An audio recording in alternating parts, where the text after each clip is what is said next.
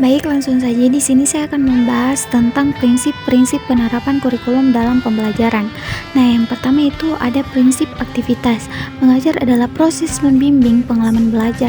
Pengalaman itu terdiri hanya mungkin diperoleh jika peserta didik dengan keaktifannya sendiri beraksi terhadap lingkungannya. Nah, yang kedua yaitu ada prinsip motivasi. Perubahan-perubahan yang dipelajari biasanya memberi hasil yang baik bila mana orang atau individu mempunyai motivasi untuk melakukannya. Nah, yang ketiga yaitu motivasi prinsip individualitas. Individu sebagai manusia merupakan orang-orang yang memiliki pribadi jiwa sendiri. Tidak ada dua manusia yang sama persis. Yang keempat yaitu prinsip lingkungan. Pembawaan yang potensial dari individu bersifat umum dan dapat berkembang bermacam-macam kenyataan hasil interaksi dengan lingkungannya. Yang kelima yaitu prinsip kebebasan.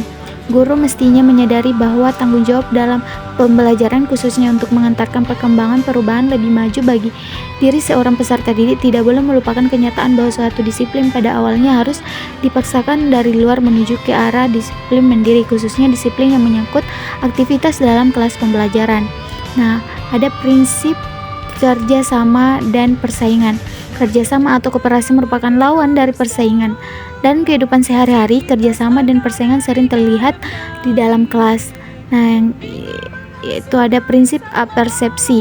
Apersepsi adalah suatu penafsiran buah pikiran, yaitu menyatukan dua dan mengasimilasi suatu pengamatan dan pengamalan yang telah dimiliki. Yang ada lagi prinsip kolerasi. Kolerasi saling berkaitan akan menghasilkan asosiasi dan apresiasi sehingga akan tumbuh dan bangkit minat peserta didik terhadap pembelajaran. Yaitu ada lagi prinsip efisiensi dan efektivitas. Suatu pembelajaran yang baik adalah apabila proses pembelajaran itu menggunakan waktu yang cukup sekaligus dapat membuahkan hasil secara lebih tepat dan cermat serta optimal. Nah, ada lagi prinsip globalitas. Menurut prinsip globalitas integritas bahwa keseluruhan adalah menjadi titik awal pembelajaran. Nah, ada lagi prinsip permainan dan hiburan. Para sarjana pendidikan berpandangan bahwa pada dasarnya setiap individu atau peserta didik sangat membutuhkan permainan dan hiburan setelah selesai belajar. Nah, selanjutnya yaitu taksonomi tujuan pembelajaran. Nah, tujuan pembelajaran biasanya diarahkan pada salah satu kawasan dari taksonomi. Benjamin S. Bloom mengemukakan taksonomi yang meliputi kawasan kognitif, efektif, fisikomotor. Benjamin Bloom mengonsentrasi pada dominan kognitif, sementara dominan efektif dikembangkan oleh Codd dan dominan fisikomotor dikembangkan oleh Shipspoon. Kawasan kognitif. Yang pertama itu kawasan kognitif. Beberapa teknologi yang menggambarkan kawasan kognitif adalah sebagai berikut. Yang pertama, mendefinisikan istilah teknis dengan memberikan atribut, sifat atau relasi. Nah, yang kedua yaitu kawasan efektif, sikap dan perilaku. Bloom menyatakan bahwa domain efektif sama halnya dengan domain kognitif tersusun dalam urutan hierarki sedemikian sehingga masing-masing kategori perilaku akan diasumsikan merupakan hasil dari kategori perilaku di bawahnya. Nah, yang ketiga yaitu kawasan psikomotor. Simpson 1966 menyebutkan bahwa domain psikomotor meliputi 6 domain mulai dari tingkat yang paling rendah yaitu persepsi sampai pada tingkat keterampilan tertinggi yaitu penyesuaian dan keaslian. Meskipun demikian, Simpson masih mempertanyakan satu tingkat terakhir yaitu penyesuaian dan keaslian. Nah, selanjutnya yaitu penerapan pengukuran. Penerapan pengukuran dalam materi komponen tujuan dalam kurikulum pendidikan merupakan proses penting dalam memastikan bahwa tujuan pembelajaran tercapai. Nah, yang pertama yaitu tujuan pembelajaran yang spesifik terukur. Yang kedua, pengembangan alat ukur yang valid dan reliable. Ketiga, penilaian formatif dan sumatera. Yang keempat, pengukuran keterampilan. Kelima, penggunaan data untuk perbaikan pembelajaran. Yang keenam, pembelajaran berbasis kompetensi. Yang ketujuh, pengukuran diferensiasi dalam pembelajaran. Nah, selanjutnya yaitu taksonomi Merrill. Robert Gagne 1965 mempostulatkan bahwa tipe berbeda dari domain hasil belajar menghendaki kondisi belajar yang berbeda.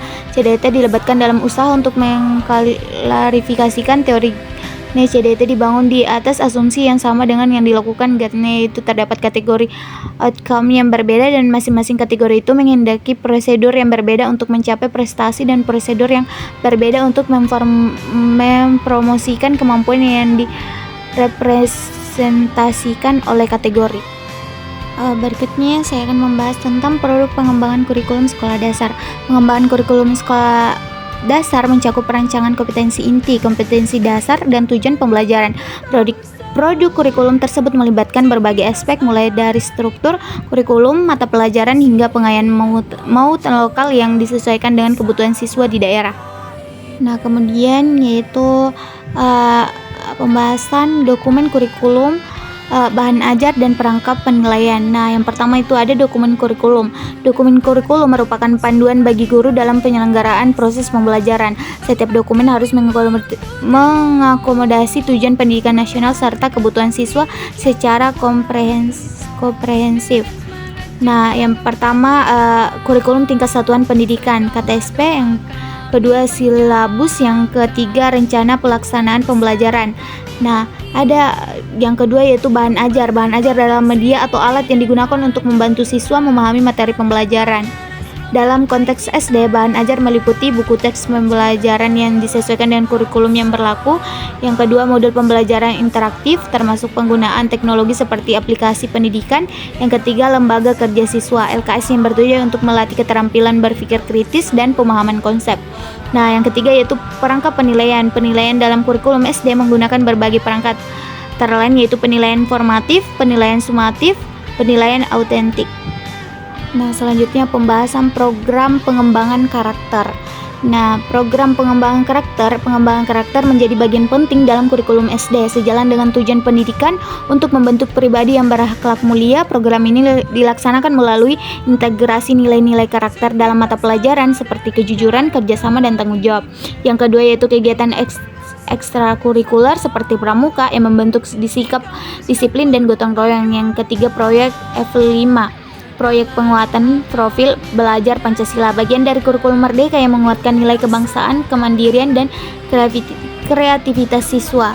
Nah, yang selanjutnya itu pembahasan program pembelajaran remedian dan pengayaan.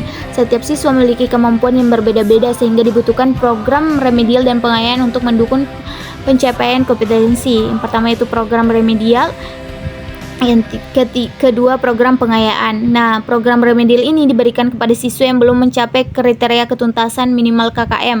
Kegiatan ini meliputi pengulangan materi atau pendekatan belajar yang lebih individual. Yang kedua yaitu program pengayaan yang diberikan kepada siswa yang telah melampaui KKM. Kegiatan ini bertujuan untuk mengembangkan kemampuan berpikir kritis dan kreatif melalui tantangan tambahan atau proyek penilaian.